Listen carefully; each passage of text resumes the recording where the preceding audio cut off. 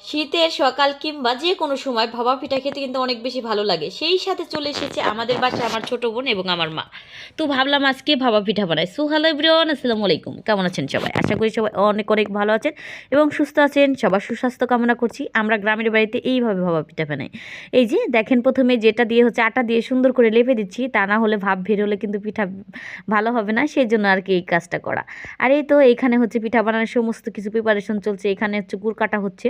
আর বিশেষ করেন আগের দিনের যে গুড় ছিল ওইগুলা কিন্তু এত সুন্দর ছিল, মানে পিঠা বানালেই কেমন জানি লাল হয়ে যেত। ওই গুড়গুলা কিন্তু এখন খুব একটা পাওয়া যায় না, তবুও যা পাওয়া যায় বাজারে সেটা দিয়েই আর কি কাজ চালিয়ে নিই। যাই হোক, এই তো গুড়গুলো কেটে নিচ্ছি। আর এইদিকে দেখুন গুড়গুলা কত সুন্দর। আর এদিকে হচ্ছে আটার একটা ডো করে নেব। আর এই ডোটা হচ্ছে পানি দিয়ে আর সুন্দর করে একটু লবণ দিয়ে এটা হচ্ছে পরিমাণ মতোই দিয়ে বানিয়ে নিতে হবে। তারপর এটা ছাঁকনি দিয়ে ছেঁকে নিতে হবে। আপনারা যারা গ্রামে থাকছেন এবং শহরে থাকেন না কেন, প্রতিনিয়ত একবার হলে এই ভাপা পিঠা খেয়েছেন।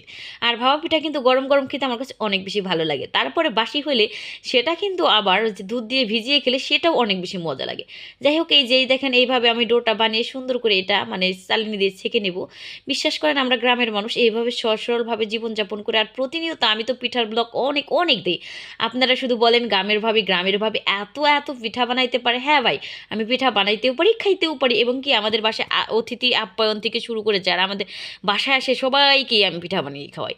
আর আপনারাও যদি আসতে চান তাহলে আসতে পারেন, সবাইকেই আমি পিঠা বানিয়ে খাবো। পিঠা যে কী যে মজা, বিশেষ করেন অনেক মজার একটা জিনিস হচ্ছে পিঠা। আর এই তো দেখেন, এই যে গুড় দিয়ে সুন্দর করে নারকেল দিয়ে এই যে পুর দিয়ে আমি পিঠা বানিয়ে নিব। আর নারকেল না হলে কিন্তু ভাপা পিঠা জমে না।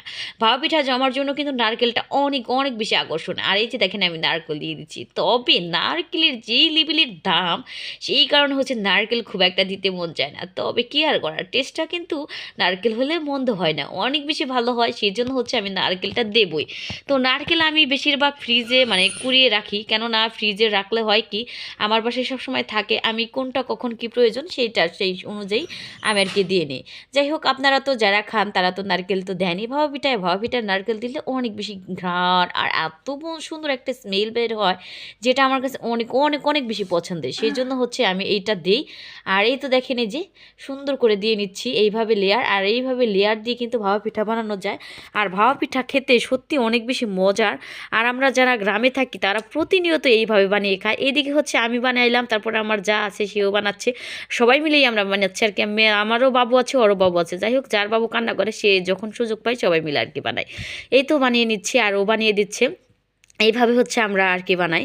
তো যাই হোক, কেমন হয়েছে আপনারা একটু কমেন্টে জানিয়ে দেবেন। আর এই তো দেখেন ভাপা পিঠা এত সুন্দরভাবে যে মানে সিদ্ধ হয়ে যাচ্ছে, এটা উঠাইতেও কিন্তু একটা সাহসের ব্যাপার আছে। দেখেন, সবাই কিন্তু পারে না, তবে এক সাইড থেকে টান দিয়ে সুন্দর করে যে মশারি দিয়ে বানাইলে এটা কিন্তু অনেক বেশি সুন্দর। আর এটা উঠাইতেও এত বেশি ভালো লাগে, আমার মনে হয় মানে কেমন একটা তুলতুলা। আর পিঠা এমনিতেও বানালে ভালো হলে কিন্তু প্রত্যেকটা মানুষেরই অনেক বেশি ভালো লাগে। তো আমাদের পিঠা সবগুলাই অনেক বেশি পারফেক্ট হয়েছিল আর খেতে অসম্ভব মজার হয়েছিল, যেটা মানে এক কথায় অসাধারণ। সব মিলিয়ে আমাদের পিঠার রেসিপিটা আপনাদের কাছে কেমন লাগছে অবশ্যই কমেন্টে জানিয়ে যাবেন। আর গ্রাম বলতেই শান্তি, গ্রাম মানে মায়া। আর এই তো দেখেন ভাপা পিঠাটা দেখেন কত সুন্দর পারফেক্টলি হয়েছে। এই যে দেখেন আমি আপনাদেরকে ভেঙে দেখাচ্ছি, কত সুন্দর, একদম অ্যাকুরেট, একদম পারফেক্ট। ভিতরে গুড় সব একদম সিদ্ধ হয়ে যাচ্ছে। আর এই তো আমার বোনকে খেতে দিলাম, ও হচ্ছে খাচ্ছে। আর দেখেন গরম লেগেছিল, মানে খেতে আর একটু অসুবিধা হচ্ছিল। যাই হোক, আর এই মিলিয়ে হচ্ছে আমার আজকের ব্লগটা। তবে ব্লগটা যদি ভালো লাগে অবশ্যই ভিডিওটা মানে শেয়ার করে দেবেন, আর ভালো লাগলে কমেন্ট করবেন। আর এই দিকে হচ্ছে আমার যা লাস্টের দিকে সে হচ্ছে যে আটার নুটানি নাকি কি জানি বলো, সে বানাবে। তো যাই হোক, সে বানাচ্ছে। আর এই যে দেখেন, আর এই যে করছে। আর এই যে দেখেন সাইজটা দেখেন। এইভাবে মানে এইগুলা বানাইয়া খাইতেও কিন্তু অনেক বেশি মজার। আর এটা কিন্তু আমরা গ্রামে প্রতিনিয়তই যারা বানাই, মানে তারপরে হচ্ছে মরিচ দিয়ে আরও অনেক অনেক আইটেম দিয়ে আমরা বানিয়ে খাই। যাই হোক, গ্রাম মানে সত্যি অসাধারণ একটা শান্তির জায়গা। যাই হোক, আজকের ভিডিওটা এই পর্যন্তই। সবাই ভালো থাকবেন, সুস্থ থাকবেন, দেখা হবে নতুন একটা ব্লগে। আল্লাহ হাফেজ।